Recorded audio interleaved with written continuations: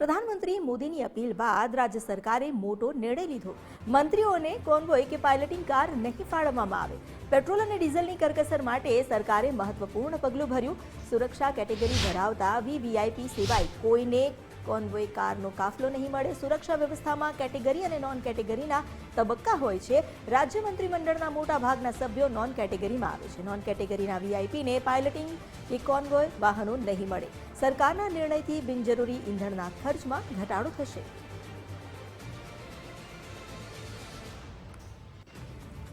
આ અંગે વધુ જાણકારી મેળવીએ સંવાદદાતા નિકુંજ જાની પાસેથી। નિકુંજ, રાજ્ય સરકારે ખૂબ જ મહત્વનો નિર્ણય લીધો છે। ન માત્ર મુખ્યમંત્રી અને નાયબ મુખ્યમંત્રી જેમણે વ્યક્તિગત રીતે આ નિર્ણયને અપનાવી લીધો છે, પરંતુ હવે સરકારે મંત્રીઓ માટે પણ આ નિર્ણય જાહેર કર્યો છે। શું વધુ વિગતો?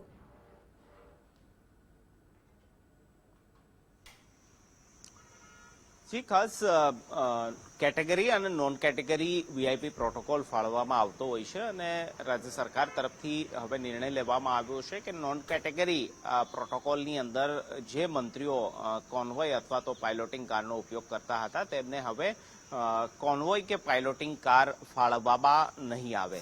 મહત્વનું છે કે ગઈકાલે રાજ્ય સરકારના બે મંત્રીઓ પ્રફુલ્લ પાનસેરિયા અને કાંતિ અમૃતિયાએ એ પ્રકારની જાહેરાત કરી હતી કે તેઓ હવે પાયલોટિંગ કાર અથવા તો કોન્વોય કારનો ઉપયોગ નહીં કરે। મહત્વનું છે કે પ્રોટોકોલ પ્રમાણે મંત્રીઓને આ પ્રકારની કોન્વોય ફાળવવામાં આવતી નથી, પરંતુ જ્યારે તેઓ પ્રવાસ કરતા હોય ત્યારે માંગણી કરે તો માંગણીના આધારે તેમને આ પ્રકારનો કોન્વોય ફાળવવામાં આવતો હોય છે, કારણ કે રાજ્ય સરકારના મંત્રી નોન કેટેગરી પ્રોટોકોલની અંદર આવે છે। હવે રાજ્ય સરકારે નિર્ણય કર્યો છે કે રાજ્ય સરકારના મંત્રીઓને કોન્વોય કે પાયલોટિંગ ફાળવવામાં નહીં આવે। આ ઉપરાંત નોન કેટેગરીની અંદર આવતા જે પણ વીઆઈપીઓ છે તેમને પણ આ પ્રકારનો કોન્વોય કે પાયલોટિંગ કાર ફાળવવામાં નહીં આવે તે પ્રકારનો મહત્વનો નિર્ણય છે। પ્રધાનમંત્રીની અપીલ અને પેટ્રોલ અને ડીઝલની કરકસરના ભાગરૂપે રાજ્ય સરકાર તરફથી આ પ્રકારનો નિર્ણય લેવાયો છે।